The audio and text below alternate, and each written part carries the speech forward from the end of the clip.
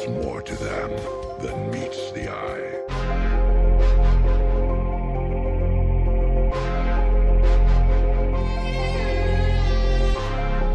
Yo, what's up? It's your boy Tori Kitty. Come and check out what guest I got with me on the Star Corner. Welcome everybody and welcome back to another episode of the Star Corner. Today with me, as always, I have another amazing guest. You might know her from a hit single with Casper Nyovest called Move For Me. She's a singer, songwriter, and activist. We have none other than Boskasi with me today. Welcome, Boskasi. How are you doing today? What's up? I'm good. How are you? I'm good, man. Just obviously, like some people know that watch my show, I'm someone that does a lot of things. So sometimes the things cause me to get a bit tired, but gotta keep on pushing, gotta keep on pushing. So jy's besig. Yeah, yo, baie besig, heel dag, jong. Yo. Okay, that's busy's good though. Busy's good, especially in this climate. It's good to be busy with a lot of things. Yeah, man. So something that I picked up in your story, and I know that you've been saying, obviously growing up in a colored home, there's always been music playing around, whether it's been jazz, soul, you know, the Stevie Wonders, the Lionel Richies, and I feel like that's something common in every colored household. But I don't think that every colored child gravitates to music or wanting to be an artist. So what was it for you that made you decide to pursue this career in the music industry? I always say I didn't decide, you know, it chose me. Music really just chose me, and growing up with those songs and music in general around me was just an extra, but the core was that God gave me the gift of music, you know. So I think that was what I needed to take further. And I didn't choose. I wasn't like, okay, I'm gonna do music now. Like it kept on creeping onto me and creeping into my life in some ways. I was studying and I was at a point very miserable because I was just like, nah, I want to do music, you know. So it kept on creeping in different ways. Before music, I was a dancer, which also saw me on stage a lot of the time. So, you know, that performance element was always there. And then, yeah, eventually the music won, you know, and I mean, he will probably speak more about it, but that's where it started, you know. So it's always been in me, always. Yeah, I think I can relate to you on three things that you just said now. Firstly, a dancer. Dancing is one of my biggest passions since already young, watching my brother, watching the Step Up movies. And then you said your passion was something that kind of chose you and what won. I'm still very young, but in school, kind of like leading into my final years of school, there was something else that I wanted to do, which was computer science. And I think the passion and my calling overall, it's something that won because sometimes we can be a bit stubborn. And then I think God will kind of just place it in your way or put certain circumstances that makes you realize this is what you really need to pursue. And then the last thing that you said right now, kind of trying to figure out now. Oh, you said it's always been in you. I kind of mentioned to somebody 2 weeks ago when people say that they find out maybe later in life they want to be an actor or something like that. And then people's like, oh, so where did this come from? The thing is, it's actually always been in you because when you were like a younger child, probably at the age of 5, you might have not know it, but you probably were trying to imitate certain cartoon characters, or you were maybe trying to sing a song, even if it's just a lullaby. So I think our God-given gift has always been there with us since the very beginning, but we kind of only realize it as we get older in life. Absolutely. Oh, that is so well said and well put. You know, I believe we are vessels, you know, and we really just have to be vessels for the gifts that we've been given. And like you said, some people will realize it later in life and hone it later in life, but it was always there. And sometimes there's like a fear as well that goes with pursuing your dream, with pursuing that gift, with pursuing that passion. It's hella scary, you know. It's not black and white. It's very gray. It's very dynamic. There's a lot that goes with it, you know, especially in our climate in South Africa. The arts doesn't pay necessarily. So to pursue something in the arts is very risky, you know, it's very scary. So there's a lot that goes with it. So it's almost understandable when someone says, oh, I only realized the passion at the age of 40, you know, maybe they needed to build up their sort of economic stability till the age of 40 so that they can let go and say now is the time. But the important thing is to let go at some point, you know, and just submit to that gift, that passion, that dream, because yeah, there's, I don't know, you probably experience this, but there's something different within your soul and your spirit when you are doing what you love. Yeah. And yeah, that allows you to live better. It allows you to treat people better. It's an overall, like, it's just like God is now has his hands on you and he's like, do what I've called you to do, you know. So yeah. I fully agree with that answer. And I think especially pursuing a career in the entertainment industry in South Africa specifically is very scary, because you constantly need to reinvent yourself to stay above the game. You constantly need to try to find out new things for people to recognize. So it's not as easy as in America, where you can do something and get recognized for it and get millions of streams and all these different brand deals. You really need to work your butt off in this country for that. Yeah. My next question, just going into it, I realized that you play a variety of instruments. Obviously, your voice is your main instrument, but I saw you playing the drums, you playing, I think it was a ukulele and a guitar as well. Where did that passion come for you, wanting to now go out and just broaden your horizon and now try to figure out how to play these different instruments? So instruments along with music has also always been like sort of around me. My brother played a big role in my music as well. You know, with two kids growing up in our household, and he was the older brother, 7 years older than me, so I was always imitating what he did. So he was listening to Stevie Wonder, I was listening to Stevie Wonder. He was listening to Abdullah Ibrahim, I was listening to Abdullah Ibrahim. He started playing the guitar and going for guitar lessons. I also wanted to do the same thing.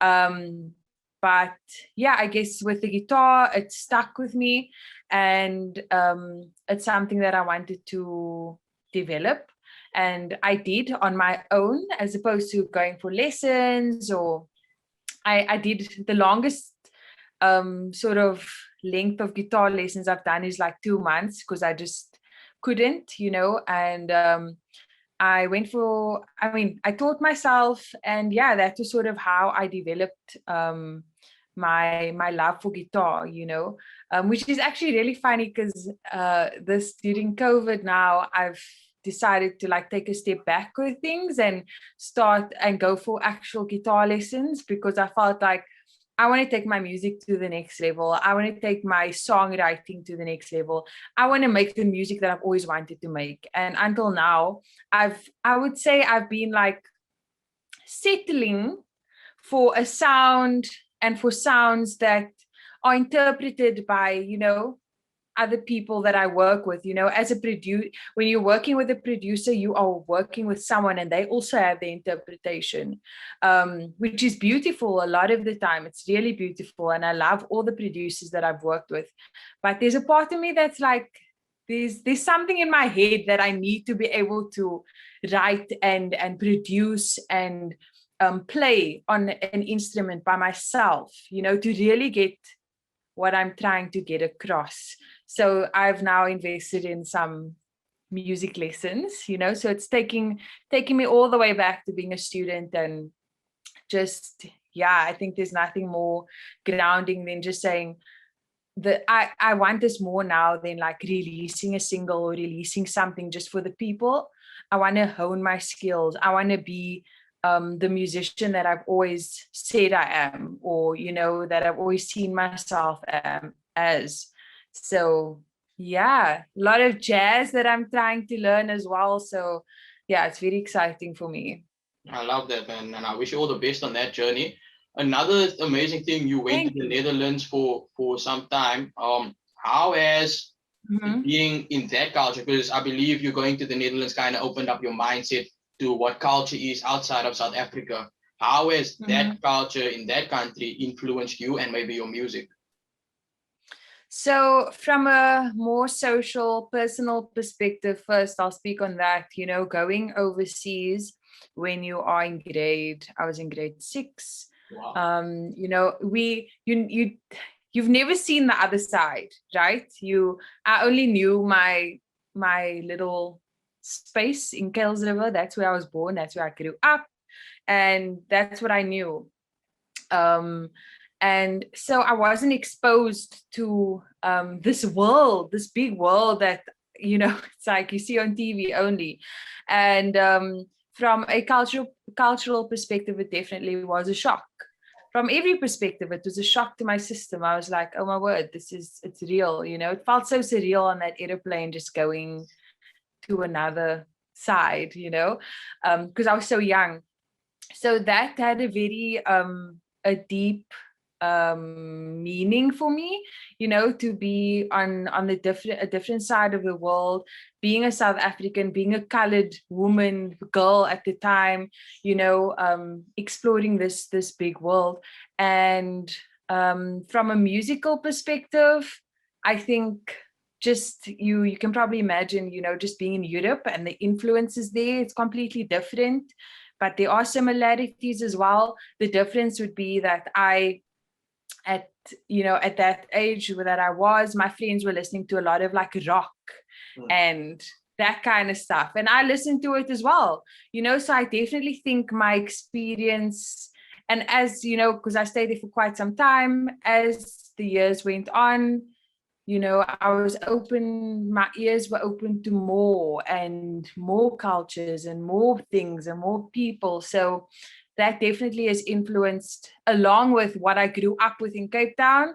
That was just like another layer, you know, another 4 or 5 layers to my musical understanding and my knowledge and understanding of people and culture as well. But yeah, there's still so many layers that we can unpack in terms of what being in Holland did for my identity and my identity as a colored woman at first, you know. But yeah, I won't go into too much yet because I'm speaking a lot. No, it's fine. It's good that you're speaking a lot. Something just from interviewing right now in this few minutes, I can realize that you have a really thick skin, and I believe that there was something that was said to you in Holland. I don't want to say it because I don't know if I said it incorrectly, but it was the N word. How did people looking at you differently kind of strengthen your character? Okay, so I think, you know, just being in I don't even know where to start because it's so layered, you know, being so young, right? You in this new country, this new space, you making new friends from all over the world. And you then begin to realize that they have a narrower view of what Africa is and what people from Africa look like, and let alone what a colored person is. That wasn't even part of the question, you know. It's either not either, you black, you should be like skin color, like pigment should be black. That's what their knowledge is or was. And I don't blame him, but I blame like sort of the education that they were getting or that they were taught. That sort of like, you know, it just shows that was the narrative around Africa. So when that term was used towards me, it didn't offend me in the sense of like, what? I was just like, you know, that saying when it's just like, you just say, I'll pray for you. Like, it's okay, you know, that your understanding still needs to develop. And I guess I you know, would say thanks to my parents for opening my mind at such a young age, which kind of prepared me for being in spaces like that, for being in a space where something like that happens. It's like, okay, it's a tough pill to swallow and you reflect on it, but what it does for me is like, what role do I need to play to alter this narrative, you know? So it made me really proud, and really it brought me even closer to what it meant to be African, what it meant to be South African, what it meant to be a colored woman. It brought me very close to all of those things, and it brought up a lot of questions about identity for me, you know. The fact that I always had to explain that I know I'm not from South America. There's a group of people called colored people from South Africa, you know. You know, so it brought a lot about my identity, and it allowed me to question a lot, and it was at a very young age. So yeah, that was quite an experience. And that allowed me to dig, you know, and the digging happened when I moved back. But when I was there, the questions were being asked. But when I moved back, I think I was slightly older to start doing the digging. And that, yeah, led to, you know, wanting to understand what my lineage is, for example, being part Khoi and from Ireland and Portugal. As colored people, you know, we're most a mix of a lot of things. So yeah, it was just digging to understand and to, yeah, to understand my identity in its fullness. And I'm still digging and still learning, and I don't think I'll ever stop, because that's the beauty of, you know, being colored. Yeah, There's so many layers to it. yeah. So yeah. 100%. And I think that it's kind of what the media showcases the world of what South Africa is. Whereas why if we should go to America and we say not colored, then they take it offense and they take it as you being racist. And another great thing that you said there was kind of not taking offense because they are uneducated. And I think that's a very important thing that people in today's society need to learn, because I feel like everybody today takes offense so quickly, not realizing that the other person that might have offended you is perhaps just uneducated and maybe just needs to be educated in a better sense. And I think if so many people could have that mindset that you have, I think the world would definitely be heading into a better direction. Sure. Yeah, that would be dope, eh? It really would. It really would. But you know some people also don't feel like it's their responsibility to educate someone on who they are, which I think is like justified, you know. Is it your job to educate yourself, or should I always have to educate you? And there's a fine line between that, you know. And as people of color, I find that we are always having to educate, as opposed to, you know, people going out to look for the education themselves. So that's also like something that but obviously at that age, I was just like, I was 11. So a bunch of 11-year-olds using these terms and stuff like that. It's, yeah, like I said, more than anything, it brought up questions for me, as opposed to taking shots back at these people for what they're saying. And I say these people, but they were my friends, you know. They, like I said, there was no hard feelings or offense at the time, but it brought up a lot of questions for me, which I'm grateful for. You know. So yeah. Now that this track I played last night, like I said, I'm busy, so last night I needed to quiet my mind. And you know, in doing this research, there's one track that just stood out, especially your vocals on the track, and I'm sure you know what track I'm speaking about. It's the song, the collaboration "Move For Me" with Casper Nyovest. What did that song do for your career, and what is it like working with a big hip hop giant? Actually, is now branching into Amapiano as well. But what is it working with someone like Casper, being on that song, and what did that song do for your career? Sure. Working with, doing the song with Casper, it's a crazy story actually, because the song came about where my team and I had recorded the song at my house. My producer and co-writer of the song at the time, we had recorded the song at my house, and it happened to land in Casper's hands as like friends playing a song for each other, like, oh, look what we recorded the other day. And he also just so happened to be busy with his album at the same time. And he, for some reason, the song really stuck with him, you know, and he was like, whose song is this? Who's singing? And, you know, they went on to say who it was. And then, yeah, so ultimately what I'm saying is the song was done when it landed in Casper's hands. You know, all he added was the verse, or his part of the song as well. But the part that I recorded, the hook was literally done in my lounge, you know, which also just shows how when it comes to like making a hit, there's no formula in my opinion. No, there's no formula. Okay, froze now. It really, I really actually didn't like it. You were saying? No, sorry, you just froze for a second. Oh, okay.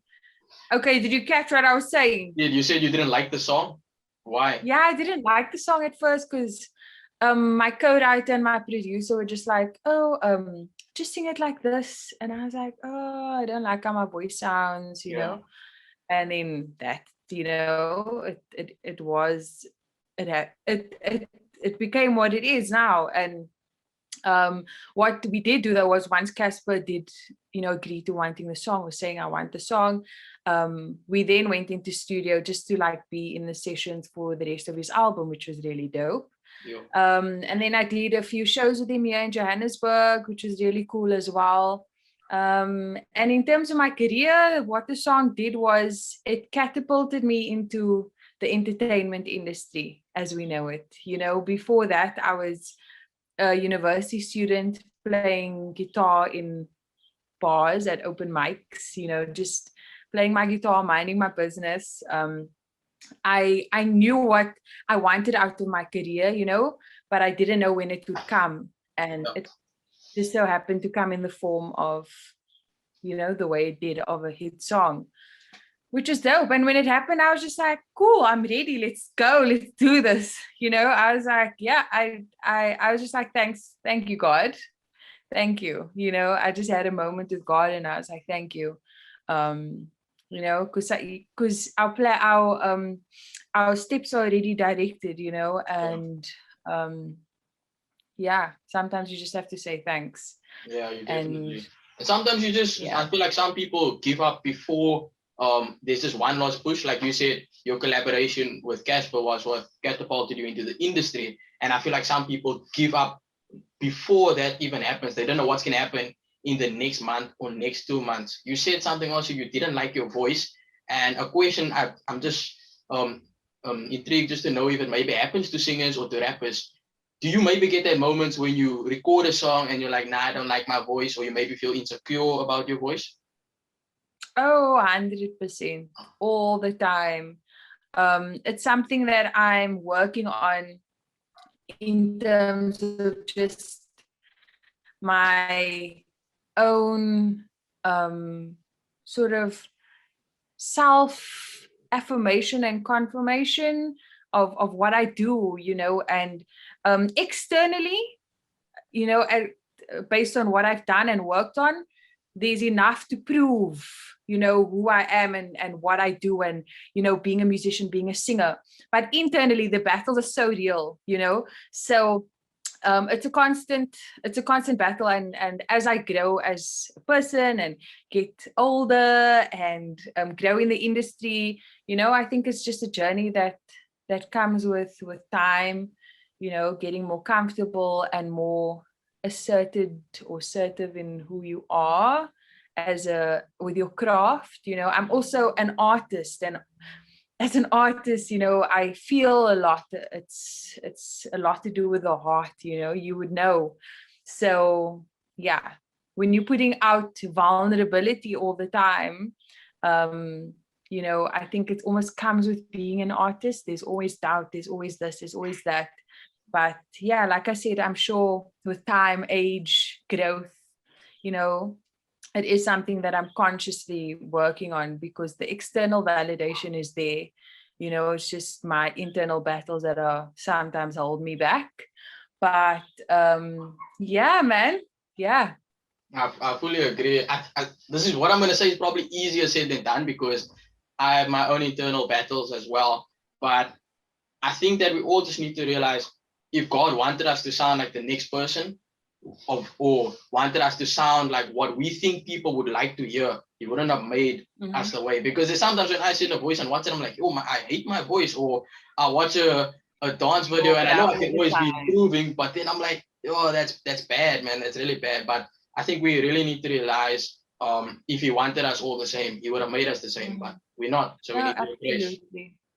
Yeah. You're so right. And it's actually just as simple as that. It's not, there's nothing more to it. That's the confirmation you need. You know, you are uniquely made.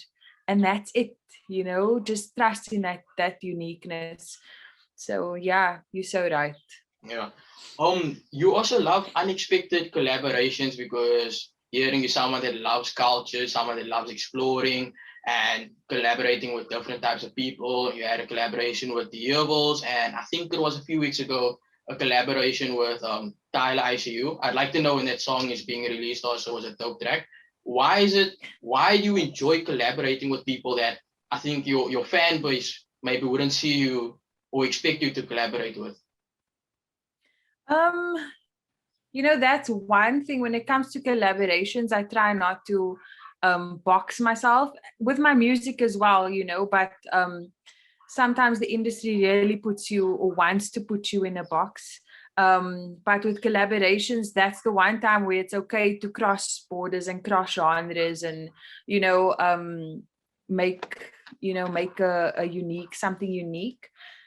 So that's something that I just really enjoy.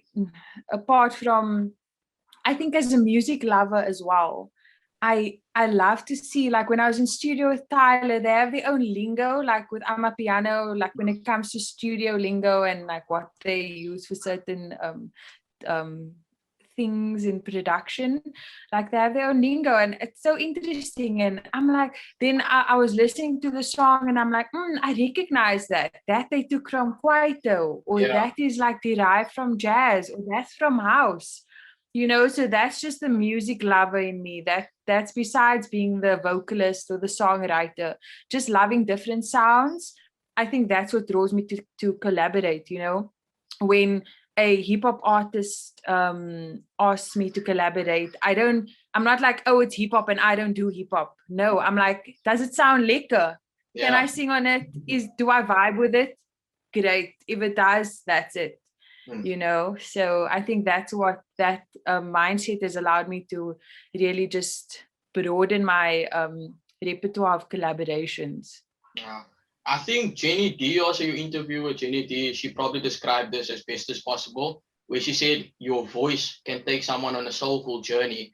And in your album, you had so many, you had so many different genres of the color culture, where you had Kuma, where you had Yacht, and you had jazz also in.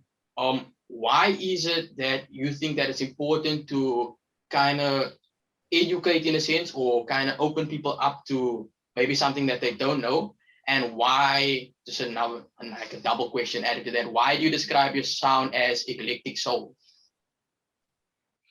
Okay, so first question, I think it's important to me to express how deeply I feel about the sounds that derive from Cape Town, right? Put lightly. I think they are not just sounds, they are historical sounds that carry so much weight. And it's such a complex conversation, because if you speak about identity and stuff like that, in terms of colored people, I think there's such a link. You know, the two are so linked when it comes to the music and the identity and the culture. And it's something that I feel so deeply connected to. So yeah, it's, you know, for me, all I can hope is that I'm relaying my love and understanding for the sound. And this is why I titled my EP We Are Gold, because the essence of it all is that we are gold, bruh. Like, we are gold. And what golden also skin color. Verstaan jy? So it's like, with that, there's like, if you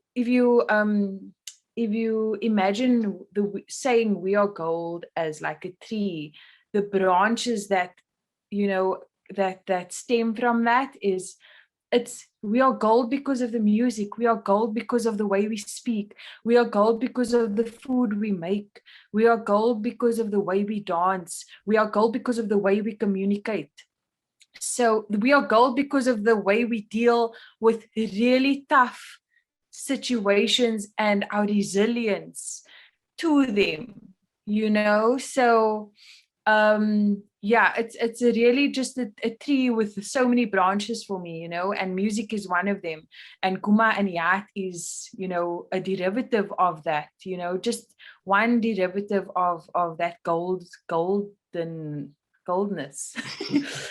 You know, so yes, so I call my sound eclectic soul, or yeah, because I think, as I've mentioned, it's just there's a my what I put out or what I create is really just a culmination of experiences and stories and sounds, you know. I have never been drawn to just one sound, you know. There are some sounds that influence me more than others, like jazz.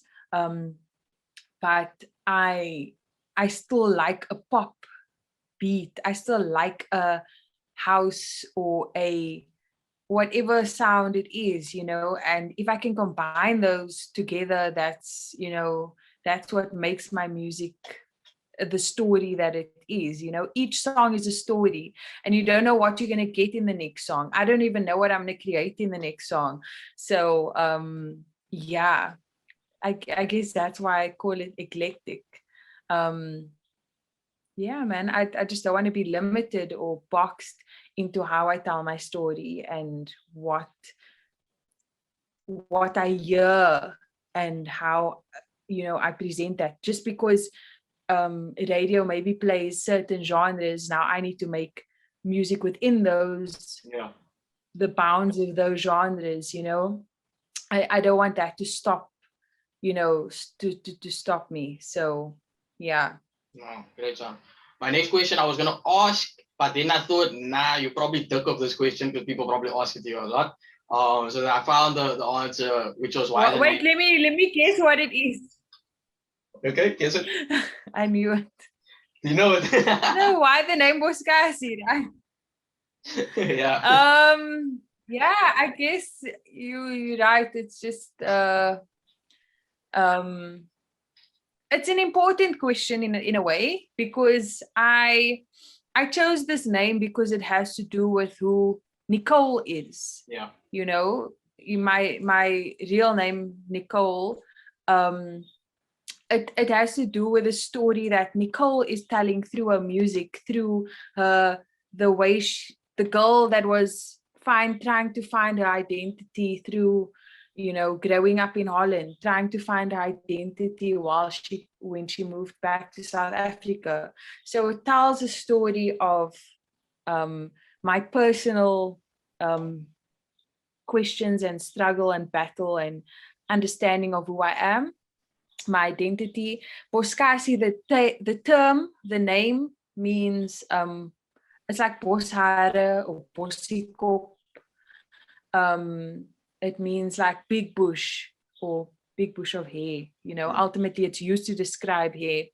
And you know, amongst our people, amongst colored people back in the day, it was used as a derogatory term. It was never like, oh, jy het so mooi boskasi. It was always like, oh, die boskasi, you know? So it was always used in a negative way. And like I said, it tells a story of my identity and going through so many identity struggles growing up, you know, especially, like I said, deriving from when I lived in Holland. I felt like I needed to voice this experience that Nicole was going through. And I needed to claim that. I needed to claim it back for myself, you know, and really just say, this is who I am, and it's who I'm, you know, I'm proud of who I am. And ultimately to colored girls that look like me or see themselves in me, or say, you know, I want them to be like, oh, okay, it's okay, we can look like that, our boss hair is cool, you know. But I often tell people, and people don't always grasp this, that it's not about the hair only.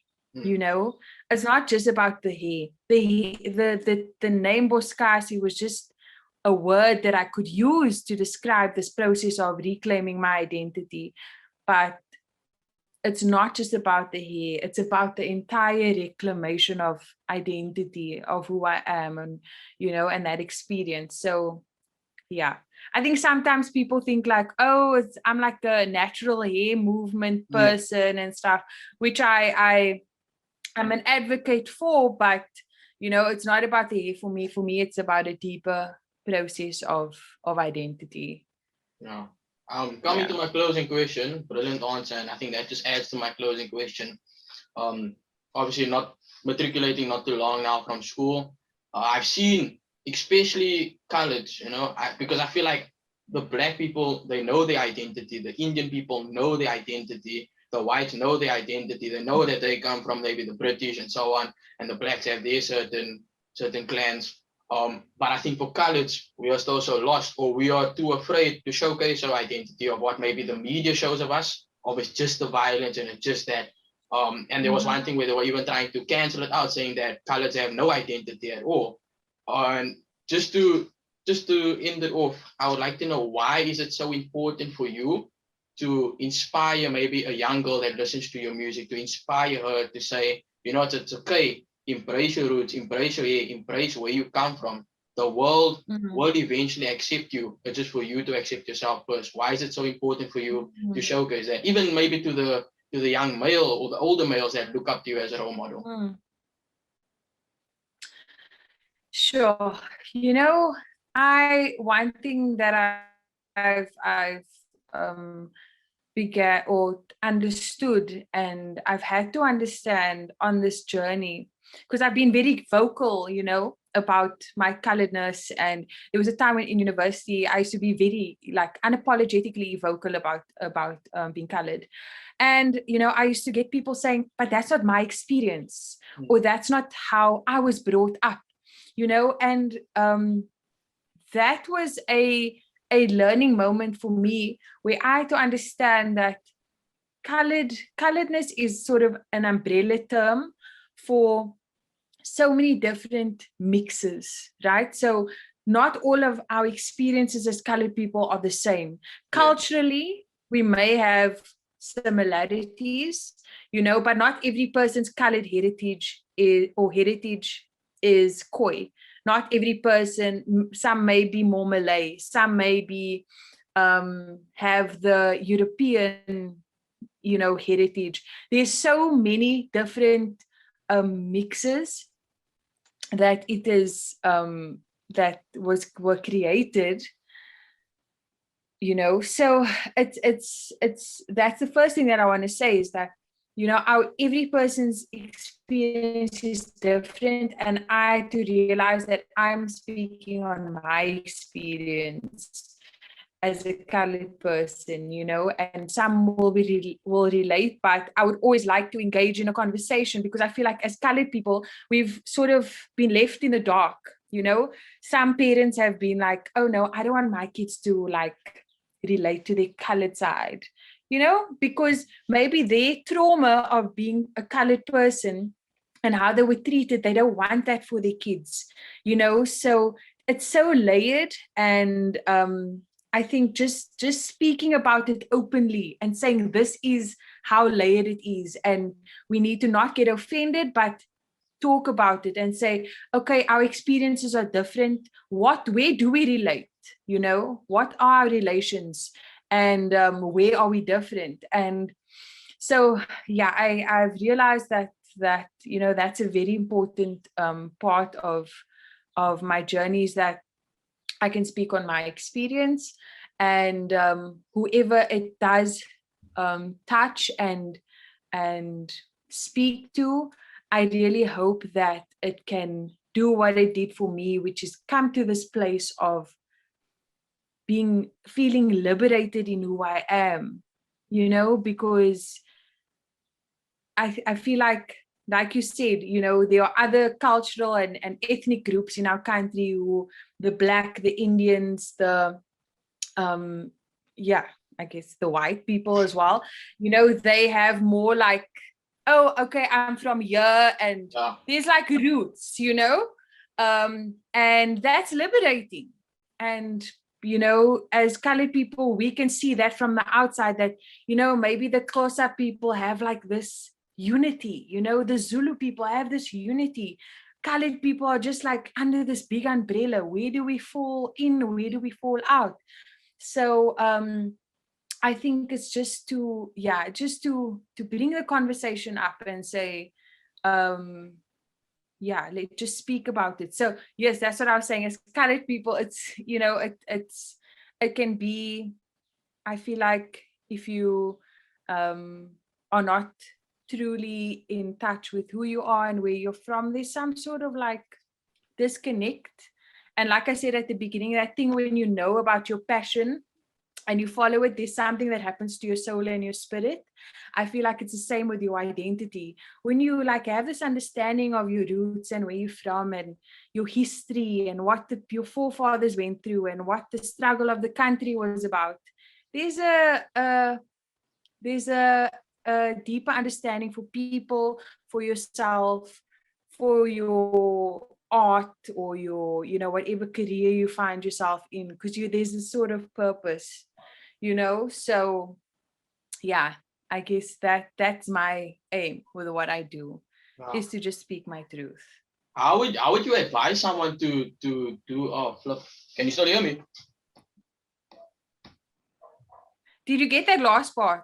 Yeah, I got everything. I just mine said my connection was poor. Okay. So I just wanted to ask, how would you advise someone to go about and research their roots? What are certain methods that we can use?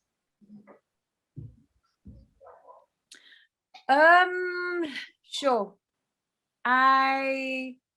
There are a few that I would know of. I'm not a professional in this field, because I know there are professional like historians and anthropologists and stuff like that who deal with it. But from a normal person, being me, what I can say is, you know, it's, for me, it was an understanding of what my parents went through. So it was talking to my parents, being interested, knowing what the struggle was about, knowing what speaking to my family, knowing what they went through in the struggle, you know. Oh, so you were classified as non-white. What was that experience like for you? You know, that gives you an understanding of how they were treated. It gives you, you know, it just opens the conversation. And then for in my case, that those conversations have always been in my family since I was very little. So speaking about like, oh, your grandfather is, you know, has Khoi roots, or his great grandmother was Khoi. So those conversations always came up in my home, you know. But someone who maybe their family or doesn't have access to that kind of conversation, perhaps they can go to firstly, they can read. They can read about the general history of what happened in the struggle during apartheid. Secondly, if they want to figure or find out what the lineage is made up of, you can go to a DNA testing center. I don't know what it's called, but there's one in Cape Town, but there's one in Johannesburg at Wits University called the Origin Center, where you can actually test for a fee. You can test and they'll tell you each percentage that you're made up of, like 10% Korean, 5% Xhosa, you know, which is like mind-blowing. So there are resources available. Wow. I also heard that there was a site called ancestry.com, because I've also been interested now, because I know my surname originates either from America or Ireland, and that's from my dad's side. And my dad's family is light skinned and they've got like some gold streaks in their hair. And I know like the Irish have that. So I was wondering if I could be part Irish. And my mom's side of the family again is dark skinned. Okay, my mom's a bit lighter, but her brothers and siblings are a bit dark skinned. And I've heard that my great grandfather is a Black American. So I know that sense, but obviously I need to find out more. Just to close, I know I said my previous question was a closing question. What can people expect from you in the future? Because I know COVID kind of kind of just put a blockage on the industry and that, but we're hoping that it goes away. So what can people expect from you, you know, in the next 2-3 years? Sure. That's such a heavy question. I don't even know what my day looks like tomorrow. But I guess for now, as I mentioned earlier, I've just given myself time to work on the essence of my music, which is the instruments. So I'm learning, or I'm going for lessons for two instruments, and yeah, I'm just taking time away from releasing or writing for now, but I am doing collaborations. So I'm on a lot of people's projects or singles or whatever. But in terms of myself, I really just need this time to hone my skills, to hone my craft, because like I said, I want more now, Yeah. I want the next level. I want to see what I can come up with next, previously, after the Casper and everything happened, it happened very quickly, and I almost didn't have a chance to reflect back with myself and ask myself, like, is this where I want to be? Is this the music I want to be making? And COVID, with all its tough circumstances, has allowed me this break and this time to just go back to the sort of beginning. So that's what I'm doing myself.